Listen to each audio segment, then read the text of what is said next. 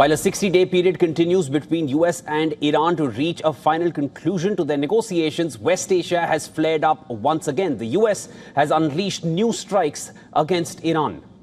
Additionally, US has even reimposed sanctions on Iranian oil sales in retaliation for a series of attacks on commercial ships near the Strait of Hormuz. Now, a US official reportedly told media that it was punishment for Iranian attacks on commercial shipping. Earlier, US military's Central Command said that strikes were intended to impose, and I'm quoting here, heavy costs for targeting international maritime traffic.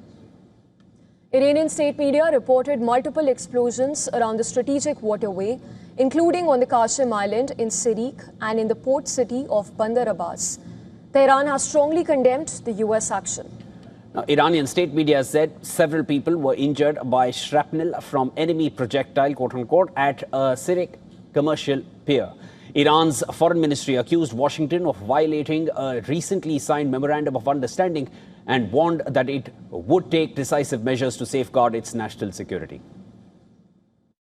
The Ministry of Foreign Affairs of the Islamic Republic of Iran warns of the consequences of the United States' breach of its commitments and states that it will take whatever measures it deems necessary to safeguard its national interests and security.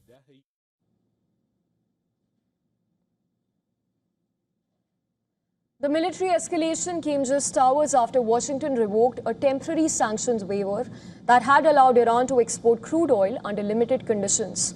Despite the strikes, Washington says that negotiations for a broader agreement with Tehran are still on. Earlier, Britain's Maritime Security Agency, UKMTO, had reported that 3 commercial vessels were attacked near Oman. One tanker was hit by an unidentified projectile and caught fire, while 2 others were reportedly struck, including one by a drone. Qatar confirmed that one of the targeted vessels was its LNG carrier Al Rikayat and blamed Iran for that attack. Doha has summoned Iran's deputy ambassador, demanding an explanation and calling for an immediate end to actions that undermine regional security. Iran has rejected Qatar's accusations, calling them unacceptable. Well, the attacks have renewed concerns over freedom of navigation in the Hormuz Strait, which is a vital route for global oil and gas shipments. Oil prices climbed more than 2% following the attacks as markets reacted to fears of fresh disruptions in energy supplies.